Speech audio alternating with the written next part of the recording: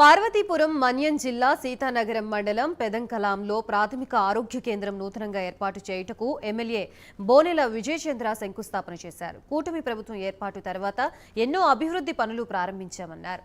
పేదలకు మెరుగైన వైద్య సేవలు అందించేందుకు ప్రభుత్వం నిర్ణయం తీసుకుందన్నారు. ఇప్పుడు నూతనంగా ఏర్పాటు చేసే భవనానికి 50 లక్షలు ఖర్చు అవుతుందన్నారు.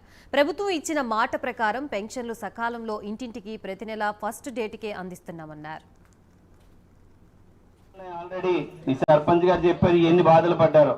ఇక అందరికీ చెప్తున్నా, చంద్రబాబు గారి నాయకత్వంలో ఆంధ్రప్రదేశ్ స్వర్ణ యుగాన్ని చూడబోతుంది. పేదవాడు అనేవాడు ఉండకుండా మీ పిల్లలకు ఉద్యోగాలు వచ్చే విధంగా, మహిళలకి ఖచ్చితంగా ఒక సాధికారత ఇచ్చే విధంగా, మళ్ళీ మీ ఎస్హెచ్జి గ్రూపులు ఉన్నాయి, ఇప్పుడు డ్వాక్రా గ్రూపులకి మీకు ఇప్పుడు ఇచ్చే లోన్లు విపరీతంగా పెంచడం జరిగింది. ₹1 కోటి వరకు మీకు లోన్ ఇచ్చే అవకాశాన్ని తెలుగుదేశం గవర్నమెంట్ తీసుకుంది.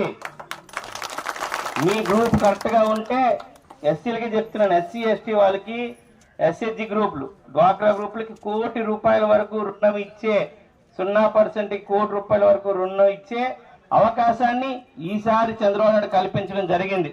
దాన్ని ద్వారా వాడుకొని మీ అందరూ కూడా ఒక చిన్న స్కేల్ బిజినెస్ పెట్టుకోవచ్చు, ఒక మామూలుగా కుటీర పరిశ్రమలు పెట్టుకోవచ్చు, మీరు కూడా వేరే వాళ్ళకి ఇవ్వచ్చు.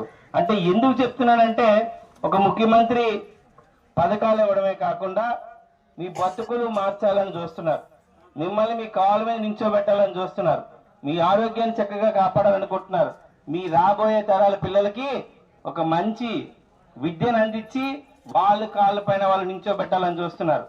ఇది చంద్రబాబు నాయుడు గారికి ఉండే ఆలోచన, ఇది ఆయనకున్న